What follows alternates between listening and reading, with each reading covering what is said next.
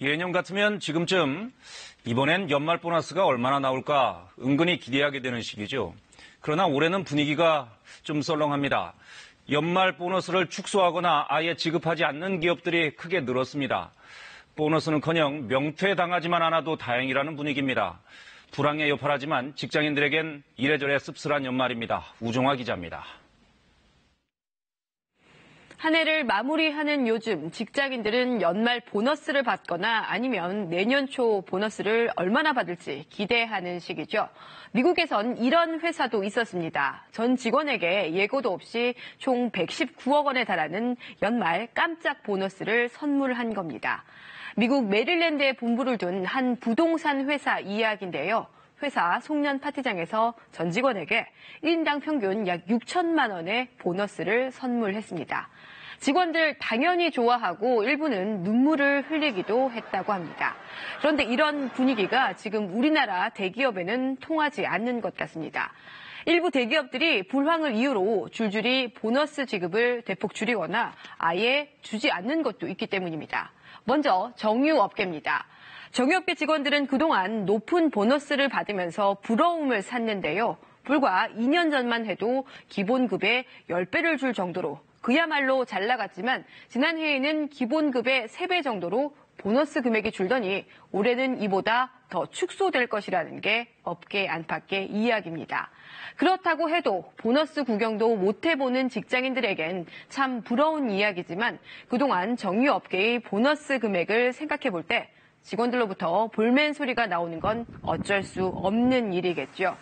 이렇게 된 건 세계 경기가 전반적으로 불황이었던 데다 원유를 정제해 남는 이익이 줄었기 때문입니다.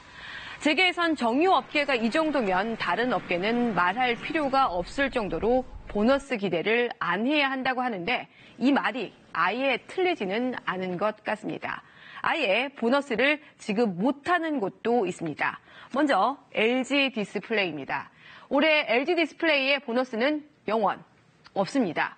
지난해 연말 보너스로 기본급의 350%를 준 것과는 너무 다르죠.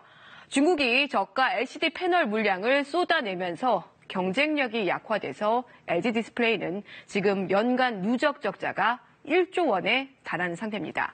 심지어 지난달엔 사무직 5년차 이상을 대상으로 희망퇴직을 실시했을 정도입니다.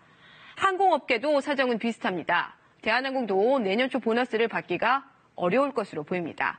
지난달 임원수를 이미 30% 가까이 줄이면서 실적 악화가 예고됐죠. 이번 달 초엔 만 50세 이상, 15년 이상 근속한 직원을 대상으로 희망퇴직까지 받았습니다. 이런 상황에서 영업이익이 최소 6천억 원은 돼야 보너스를 줄 수 있는데 지금 영업이익이 1,300억 원대에 불과해서 이런 상황이라면 받기가 어려울 것으로 예상하는 직원들이 많습니다. 국내 항공업계는 저비용 항공사에 외국 항공사들까지 가세하면서 경쟁이 치열해진 반면 일본 노선 등은 축소되면서 실적 악화를 겪고 있습니다. 사정이 이렇다 보니까 이런 결과도 나옵니다. 한 취업 포털 사이트가 지난 16일에 직장인 814명을 대상으로 설문조사했더니 보너스를 받는다는 직장인은 36%, 그러니까 3명 중 1명에 그쳤습니다. 기업들 그만큼 사정이 녹록지 않다는 건데 이렇다 보니 이런 기업도 나왔습니다. 쌍용자동차 이야기입니다.